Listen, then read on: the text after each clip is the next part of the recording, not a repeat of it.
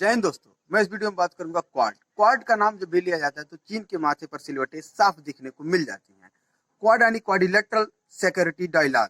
इसमें 4 देश होते हैं, भारत, जापान, अमेरिका और ऑस्ट्रेलिया। इस बार इसकी जो बैठक हुई वो वर्चुअल स्तर पे हुई और इसकी शुरुआत जो है शिंजो अबे द्वारा की गई थी, जो जापान के प्रधानमंत्री थे। 2007 में इसकी शुरुआत हुई थी और उस समय इन सभी देशों के बीच युद्धाभ्यास भी हुए थे, लेकिन 10 सालों तक ये क्वाड निष्क्रिय रहा, ये समूह पूरा निष्क्रिय रहा।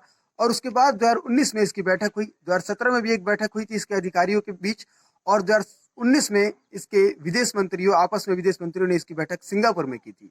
और 2020 में कोरोना की वजह से इसकी बैठक निरस्त करनी पड़ी और 2021 में इसकी बैठक हुई और जिसमें काफी समझौते भी हुए, लेकिन कोई औपचारिक निर्णय नहीं लिया गया। आपसी समझौतों को देखा गया और भारत के लिए क्यों महत्वपूर्ण है और चीन इससे इतना परेशान क्यों है। लेकिन क्वाड का मकसद ये है कि पूरे एशिया प्रशांत क्षेत्र में ये शक्ति और शांति बनाए रखे और इसका संतुलन बनाए रखे, क्योंकि चीन जो है 2007 में ही पूरे एशिया प्रशांत क्षेत्र में अपने व्यापार के द्वारा पूरा वर्चस्व बनाए रखना चाहता था।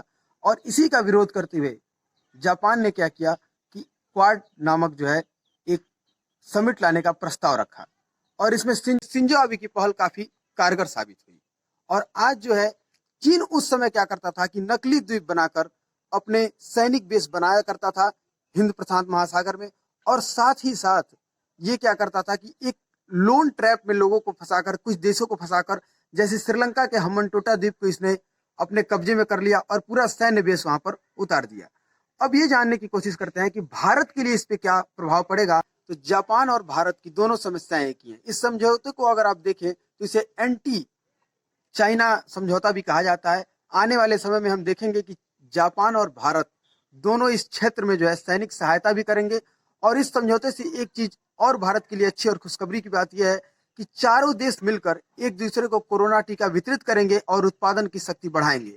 और साथ ही साथ अमेरिका की कंपनी जॉनसन एंड जॉनसन ने कोरोना वैक्सीन बनाने के लिए भारत को चुना है, जिससे भारत को काफी फायदे होंगे। भारत को इससे और भी लाभ है और आगामी समय में हम देखेंगे कि ये चारों देश जो क्वाड के सदस्य हैं, इनके आपस में सहयोग भी बढ़ेंगे, व्यापार स्तर पर और सैनिक स्तर पर।